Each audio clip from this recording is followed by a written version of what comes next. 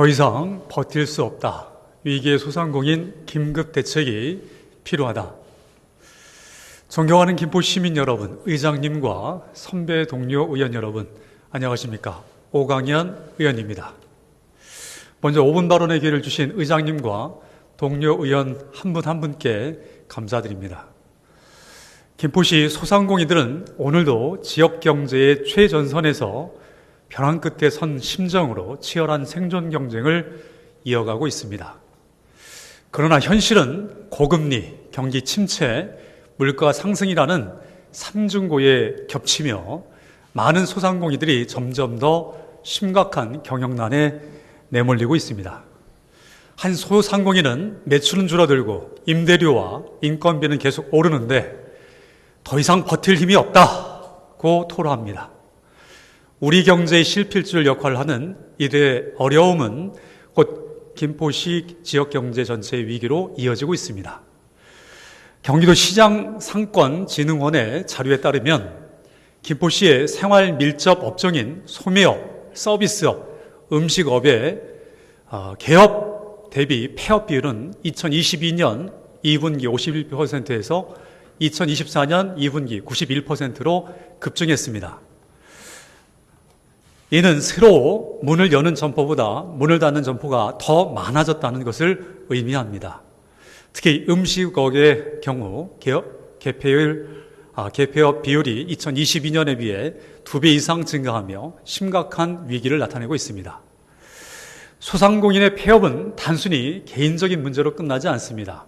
이는 지역 상권의 공실 증가와 유동인구 감소를 초래하고 매출 감소로 이어지며 추가 폐업을 유발하는 악순환으로 이어집니다. 결국 이는 생활 인프라 악화와 김포시 인구 유출을 가속하며 지역경제 전반의 침체를 초래할 것입니다.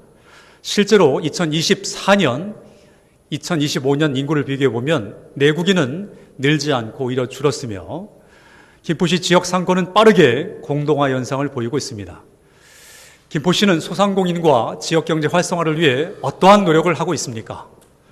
김포시는 2025년 예산 편성 기본 방향에서 건전한 지방 재정과 활력 있는 지역 경제를 목표로 제시하며 재정, 금융 지원을 통해 소상공인의 부담 완화를 추진하겠다고 밝혔습니다.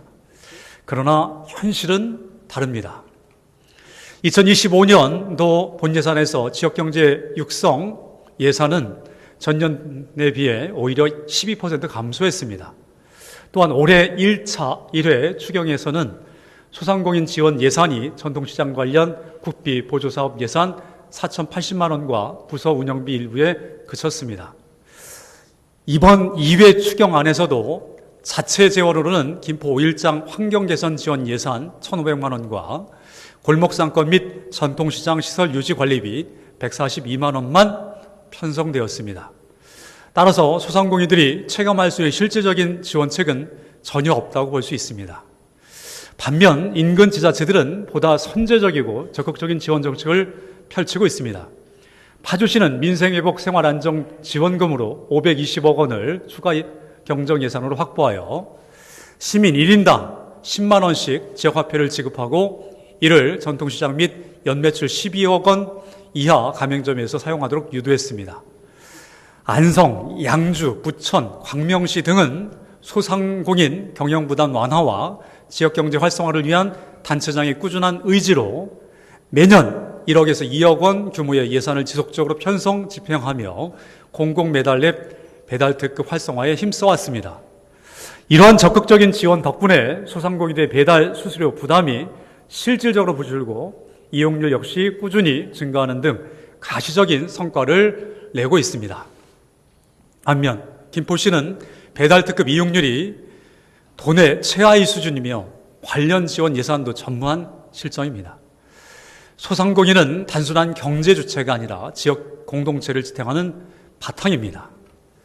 무너지고 있는 소상공인, 벼랑 끝에 있는 자영업자들을 보호하지 않으면 지역 상권 붕괴와 경제 침체는 불가피합니다. 이제 김포시는 피해를 줄이는 수준을 넘어 소상공인이 살아남고 성장할 수 있도록 적극적이며 실질적인 정책으로 나아가야 합니다. 이를 위해 다음과 같은 대책을 제안합니다. 첫째, 지역화폐와 연계된 소비진작 대책 강화가 필요합니다. 지역화폐 발행 규모를 확대하고 사용처를 다양화하여 시민들이 적극적으로 소비하도록 유도해야 합니다. 특히 전통시장 및 골목 상권에서 사용할 수 있는 혜택을 강화하여 소상공인의 매출 증대를 도모하고 지역경제의 선순환이 되도록 해야 합니다. 둘째, 배달 플랫폼 활성화를 위한 공공배달앱 지원 확대가 필요합니다. 배달 특급 이용률이 낮은 이유를 빠르게 분석하고 이를 개선하기 위한 홍보와 인센티브 제공 방안을 마련해야 합니다. 배달 수수료 부담 완화를 통해 소상공인의 실질적인 비용 절감 효과를 극대화할 수 있도록 해야 합니다. 셋째, 예비비로 편성된 예산을 긴급지원기금 조성으로 전환하여 위기 대응 체계를 구축해야 합니다. 경기 침체나 물가 상승 등 외부 환경 변화로 어려움을 겪는 소상공인들은 즉각적으로 지원할 수 있는 긴급지원기금을 조성하여 위기 상황에 신속히 대응해야 합니다. 넷째, 소상공인 생애주기별 맞춤형 지원이 필요합니다. 창업 초기 단계에서는 창업 자금과 컨설팅 지원을 통해 안정적으로 사업을 시작할 수 있도록 돕고 성장 단계에서는 마케팅 및 판로 확대를 위한 지원책을 마련해야 합니다. 폐업 단계에서도 재창업이나 직업 전환을 위한 교육훈련 프로그램을 제공하여 소상공인의 경제적 재기를 돕는 체계적인 지원이 필요합니다. 마지막으로 생활 밀착형 상권 분석 기반의 지원 체계 구축이 시급합니다. 김포시 데이터를 기반으로 상권 특성을 분석하여 각 지역 상권별 맞춤형 대책을 마련해야 합니다. 이를 통해 특정 업종이나 특정 지역에서 발생하는 문제를 정확히 파악하고 효과적으로 대응해야 합니다.